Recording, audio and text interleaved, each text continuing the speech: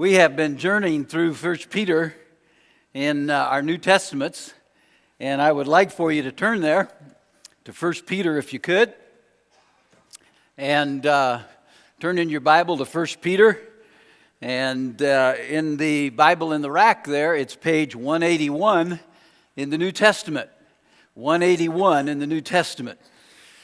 And we are at 1 Peter chapter 3 today. 1 Peter chapter 3 is where we're at. We're going to cover the first 7 verses, and God in these verses is talking to wives and husbands. And so that's what we're going to look at. If you didn't get the outline, hold up your hand, and the ushers will come down the aisle, and they'll hand you an outline. I need you to have one of those so you can follow along. I also need you to hold your Bible open. Just keep it open on your lap right through our sharing today. 1 Peter 3, page 181 in the Bible in the rack. All right? And so just reach for that Bible, 181, the Bible on the rack. Would you do that? I need you to keep it open and stay with me. And you got your outline there. And fill in those blanks if you would. You can't go to heaven if they're not filled in. So be sure and fill in these blanks, all right? And before we get to our outline, I want to tell you a story. Some of you may know that I'm 40 years married in a week. And so I want to tell you, I went to a college, a small Christian college in Oklahoma City, and school of about 1,800 kids, and most of them were from away, and they lived on campus, so we got to know each other pretty well. And I came back after a summer and was excited to see my buddies, and we were all having supper in the cafeteria and kind of watching the new crop of girls come in. And my buddy, Ron Wilson, we called him Willie. He said, Carl, I met a girl I'd like to introduce you to. And he pointed Gail out as she walked in with some girls, said, you want to meet her? And I said, why not? And so we were a whole table full of guys, you know.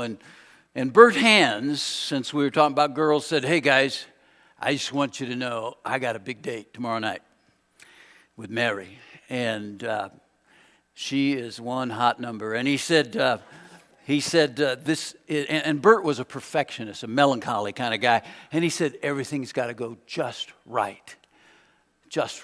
And so after he bragged about having this date with Mary, and he took his tray and left. And so I said, hey guys, I said, why don't we help Bert out?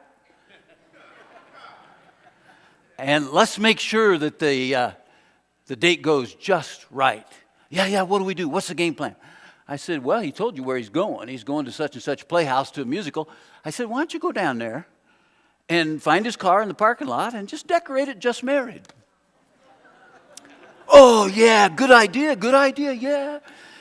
And so they were all fired up about it. So then Willie introduced me to Gail, and I took her out, had first date, and there was something there the first date. I knew that there was something special about this girl.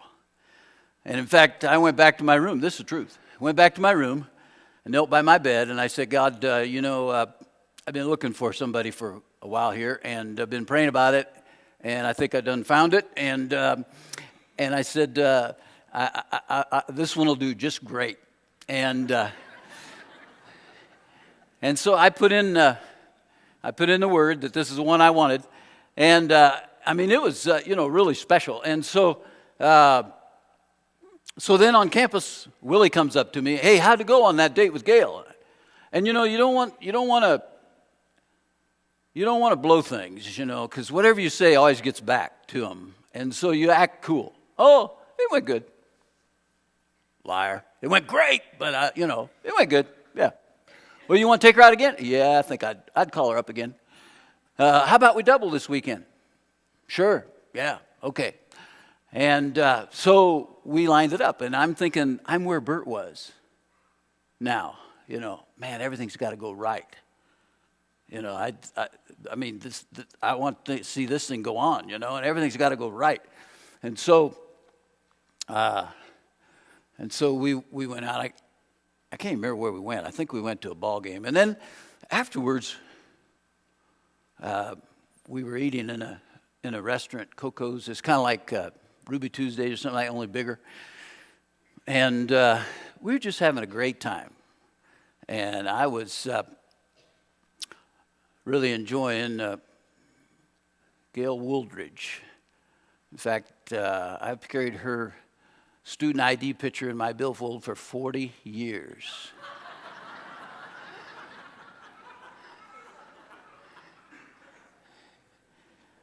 You can see why I was so smitten.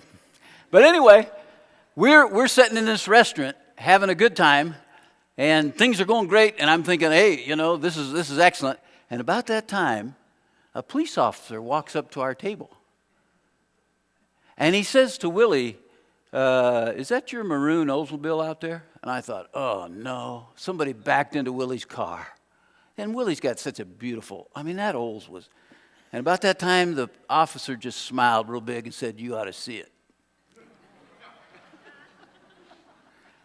And I knew Bert had gotten revenge. And I knew my perfect evening was at stake. And I knew that these girls might not like this, and so we left the restaurant and went out, and of course the car's all decorated, just married, tin cans tied on it, Vaseline on the door handles. And so Gail and I are in the back seat, and what was really exciting was she was really a good sport. I was amazed. We're driving all the way back, and people are honking at us, and we're just waving. And now this was 40 years ago, you got to realize, and our college had some rules. And they had a curfew for the girls. All the girls had to be in at midnight.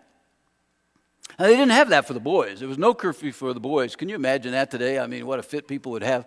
But anyway, so all the guys would bring their girls back at midnight and drop them off. And then we would go down the road just from the campus a little ways. There was this hole-in-the-wall place called Sam's Donuts, and it never closed. So we would stay there and drink coffee and solve all the world's problems and whatever. And or we'd go at the river and build a fire and sit there for a couple hours. But anyway, so we're headed back to the dorm. But my point is, at midnight, it was a madhouse. All these cars, everybody pulling up at the dorm, because everybody's getting back at the same time, And so I thought, oh, these girls are really going to be embarrassed. And so I said, well, do you want us to go through a car wash before we go to the dorm? Oh, no, this is cool. That's all right, And so, man, that's great. So we just pulled up, double parked and everything. Everybody's honking at us. Congratulations, And so we walked them up to the dorm, and I wanted to ask her if I could carry over the threshold, but I thought that might be pushing it, so I didn't do that.